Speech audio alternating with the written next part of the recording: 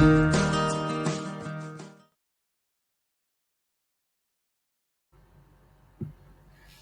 तो आज का जो टॉपिक है वो सेमीकंडक्टर फिजिक्स पार्ट 5, जिसमें हम लोग voltage ampere characteristic of PN junction के बारे में बात करेंगे। तो हम लोग चल रहे हैं अभी आगे सबसे पहले स्लाइड में। तो सबसे पहले स्लाइड में आप लोगों के सामने जैसे है, एक्चुअली इसमें क्या होता है कि वोल्ट एम्पियर जो कैरेक्टरिस्टिक है ये एक तरह का कर्व होता है। ये कर्व जो बनाया जाता है वोल्टेज और करंट के बीच में कर्व बनाया जाता है ना।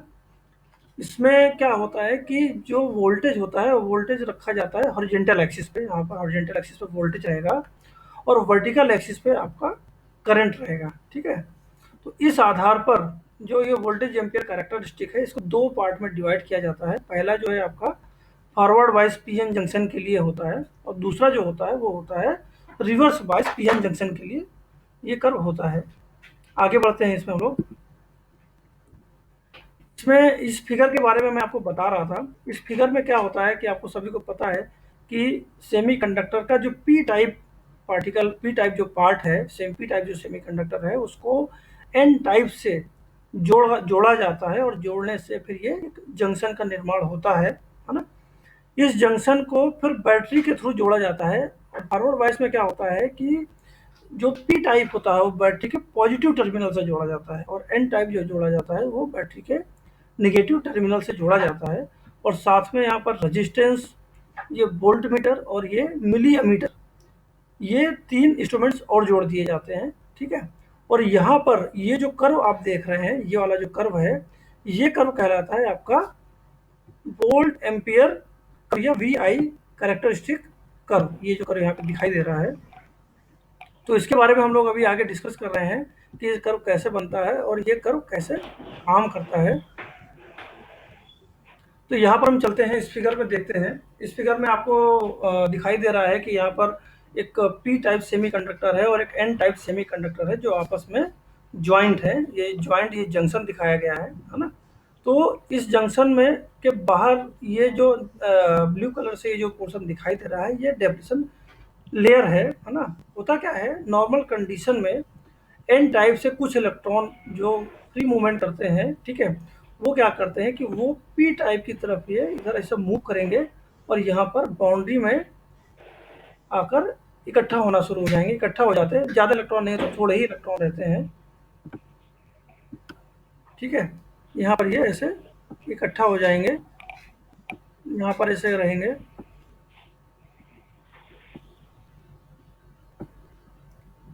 तो ये इलेक्ट्रॉन यहाँ पे इकट्ठा होंगे और यहाँ पर ऐसे पॉजिटिव होल्स भी इकट्ठा हो जाएंगे। उसके बाद क्या होता है कि जब ये इकट्ठा यहाँ पे हो जाएंगे, तो उसके बाद फिर जो इलेक्ट्रॉनों का जो मूवमेंट है या होल्स का मूवमेंट है, वो कुछ समय के लिए रुक जाता है, जब तक कि उसमें कोई एक्सटर्नल सोर्स या एक्सटर्नल फोर्स अप्लाई ना किया जाए, है ना। तो ये जो यहाँ पर ये जो इसे इकट्ठा होते हैं, तो इसकी वजह से क्या कहलाता है, ये जो एरिया है जहाँ पर इलेक्ट्रॉन और ये होल्स इकट्ठा हुए हैं, ये क्या कहलाते हैं, ये पोटेंशियल बैरियर की तरह काम करने लगते हैं। जिससे ये पोटेंशियल बैरियर क्या करता है, इलेक्ट्रॉन और होल के आवागमन को रोकने का काम करता है, ठीक है। अब होता क्या है कि जब हम इसको बैटरी के पॉजिटिव पोल से जोड़ते हैं, ठीक है, यहाँ पे आप देख रहे हैं बैटरी बैटरी के पॉजिटिव पोल से जोड़ा जाता है पी टाइप को, और एन टाइप को जोड़ा जाता है बैटरी के निगेटिव पोल से, है ना। तो होता क्या है कि आपको पहले से भी पता है कि जब एन टाइप को जब बैटरी के निगेटिव पोल से जोड़ दिया जाता है, तो ये बैटरी के निगेटिव पोल से आने वाले इलेक्ट्रॉन एन टाइप के इन इलेक्ट्रॉन्स को क्या करते हैं, प्रतिकर्षित करना शुरू कर देते हैं, रिपल्सन करते हैं, ठीक है। तो क्या करेंगे, इलेक्ट्रॉन का जो मूवमेंट होगा, मूवमेंट इस एरो की डायरेक्शन में पी टाइप की तरफ होना शुरू होगा, है ना। इलेक्ट्रॉन जैसे ही यहाँ पर आएंगे, ठीक है, केबल के जरिए जैसे ही यहाँ पर ये इलेक्ट्रॉन्स आए, तो ये इलेक्ट्रॉन क्या करेंगे कि इन जो इलेक्ट्रॉन्स हैं, इन इलेक्ट्रॉन्स को रिपल्सन करना शुरू कर देंगे, प्रतिकर्षित करना शुरू करेंगे। और ये इलेक्ट्रॉन क्या करेंगे कि पी टाइप की तरफ मूव करना शुरू करेंगे और यहाँ पर दोबारा आना शुरू हो जाएंगे। और ये बाउंड्री के जो इलेक्ट्रॉन हैं, ये बाउंड्री के इलेक्ट्रॉन यहाँ पर आगे मूवमेंट करना शुरू करेंगे, ठीक है। और आगे जब मूवमेंट करेंगे तो आपको पता है कि पी टाइप आपका बैटरी के पॉजिटिव टर्मिनल से जुड़ा हुआ है, तो क्या करेंगे, इलेक्ट्रॉन पॉजिटिव टर्मिनल की तरफ क्या होगा, आकर्षित होगा, है ना। तो ये इलेक्ट्रॉन पॉजिटिव टर्मिनल की तरफ जाकर क्या होंगे, यहाँ पर आएंगे और इस पॉजिटिव टर्मिनल में जाकर यहाँ पर समा जाएंगे, ठीक है। और जो निगेटिव टर्मिनल से जो आने वाले इलेक्ट्रॉन है ये यहाँ पर क्या करेंगे, यहाँ पर जाकर रिपल्सन फोर्स लगाएंगे। उसी तरह क्या होगा, ये जो होल्स होंगे, ये जो होल्स है पॉजिटिव होल्स है ये, है ना, ये होल्स भी क्या करेंगे कि ये होल्स एन टाइप की तरफ मूवमेंट करना शुरू कर देंगे, एन टाइप की तरफ ऐसे जाएंगे इस तरह। क्यों जाएंगे, क्योंकि यहाँ पर जो बैटरी का पॉजिटिव टर्मिनल है और पी टाइप के जो पॉजिटिव जो होल्स है इनके बीच में क्या होगा, रिपल्सन होगा, ठीक है। तो ये इस रिपल्सन की वजह से क्या होंगे कि ये जो होल्स, ये होल्स एन टाइप की तरफ जाएंगे, ठीक है।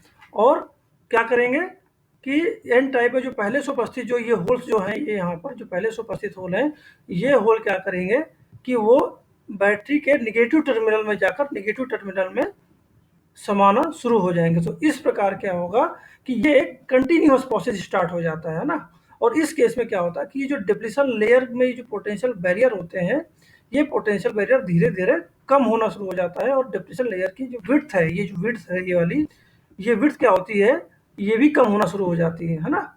और क्या होता है, आवेश का प्रवाह होना शुरू हो जाता है। तो ये सारी चीजें तो आपको पता है। अब हम लोग बात करते हैं वी आई कर्व बनता कैसे है। तो सबसे पहले होता क्या है कि फर्स्ट पहली कंडीशन में जब नॉर्मल कंडीशन होती है तो उस केस में क्या होता है कि जब आपने बैटरी के पॉजिटिव टर्मिनल को पी टाइप से और नेगेटिव टर्मिनल को जब एन टाइप से जोड़ा, तो उस केस में क्या होता है कि आपने बैटरी का प्रवाह, बैटरी से आवेश का प्रवाह शुरू नहीं किया, ठीक है। तो जो प्रवाहित होने वाला जो आवेश है ना, मिली जो एमीटर है इसमें प्रवाहित होने वाला जो आवेश होगा वो क्या होगा, शुरुआत में 0 होगा, क्योंकि आपने बैटरी से आवेश प्रवाह नहीं किया है। तो वो जो 0 है वो यहाँ पर आपको इस पॉइंट पर ये दिखाया गया है, ठीक है।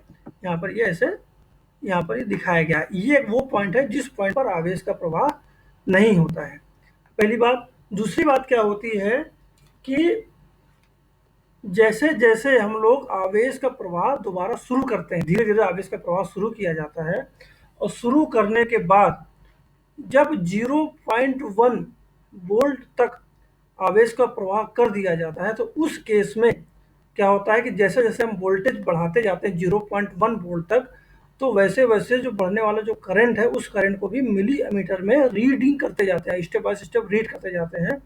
और जो ग्राफ बनाते हैं वो ग्राफ हमें ये स्ट्रेट लाइन के रूप में मिलता है। ये जो ब्लू कलर की जो स्ट्रेट लाइन आप देख रहे हैं, ये ब्लू कलर की स्ट्रेट लाइन मिलती है इस तरह की, है ना। तो ये स्ट्रेट लाइन इस हॉरिजॉन्टल लाइन के साथ लगभग मैच करती है। तो इस केस में भी क्या होता है कि इस केस में भी आवेश का प्रवाह नहीं होता है, लेकिन चूंकि आपने वोल्टेज सप्लाई किया हुआ है इसके लिए ये ग्राफ यहाँ तक ये बनाना पड़ता है, ठीक है। ये आपको समझ में आ गया होगा। उसके बाद फिर क्या होता है कि आपको ये चीज़ पता होगा कि जो पोटेंशियल बैरियर है आपका फॉरवर्ड बायस में पीएन जंक्शन के लिए, वो क्या होता है, सिलिकॉन के लिए जो सिलिकॉन मटेरियल होता है, सिलिकॉन के लिए होता है कितना, सिलिकॉन के लिए होता है वो 0.7 वोल्ट, ठीक है। और वहीं जो जर्मेनियम के लिए होता है, जी के लिए जो होता है वो होता है 0.3 वोल्ट, ठीक है।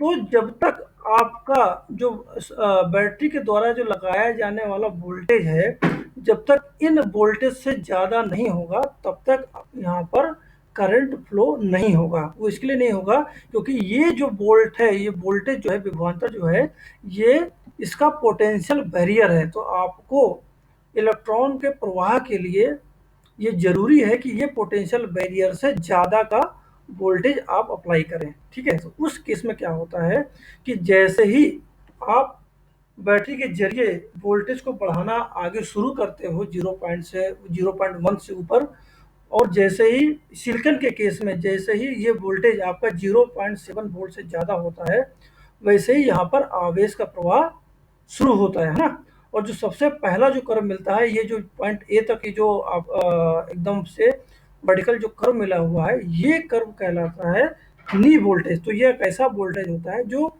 सबसे तेजी से आवेश का प्रवाह शुरू करता है, ठीक है। यहाँ पर जैसे ही आपका वोल्टेज इस वोल्टेज को पार करेगा, आपके बैटरी के द्वारा अप्लाई किया जाने वाला वोल्टेज जैसे ही इस वोल्टेज को पार करेगा सिलिकॉन के केस में, वैसे ही आवेश का प्रवाह शुरू होगा और ये कर्व आपको मिल जाएगा, इस तरह का कर्व ये ऐसा मिलेगा। ठीक है, तो इस केस में ये जो वोल्टेज यहाँ पर जो आपने अप्लाई किया जो वोल्टेज है जिससे ये आपको करंट मिला, वो वोल्टेज कहलाता है आपका नी वोल्टेज। ठीक है, और क्या होता है कि अब चूंकि ये आपका पोटेंशियल बैरियर आपका पार कर गया है, आपके द्वारा आप बैटरी के द्वारा अप्लाई किया जाने वाला वोल्टेज पोटेंशियल बैरियर को पार कर चुका है, तो उस केस में क्या होता है, ये पोटेंशियल बैरियर जो है ये वाला, ये बैरियर भी धीरे धीरे क्या होता है, ये बैरियर धीरे धीरे गायब हो जाएगा।